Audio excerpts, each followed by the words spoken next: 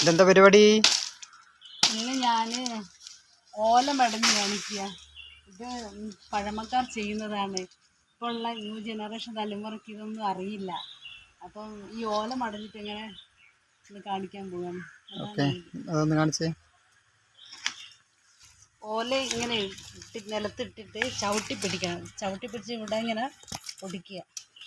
പിടിച്ചിട്ട് ഇതുപോലെ മടച്ചെടുക്കണം.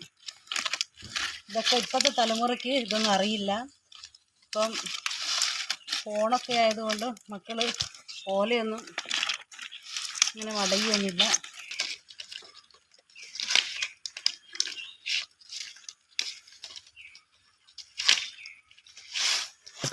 ഈ എൻഡ് വരെ മടഞ്ഞിട്ടുണ്ട്. മടക്കി ഓല ഇങ്ങനെ വെച്ചതിന് ശേഷം ഒരു ഓല എടുത്ത് ഇതിനുള്ളിലേക്ക് വെക്കണം.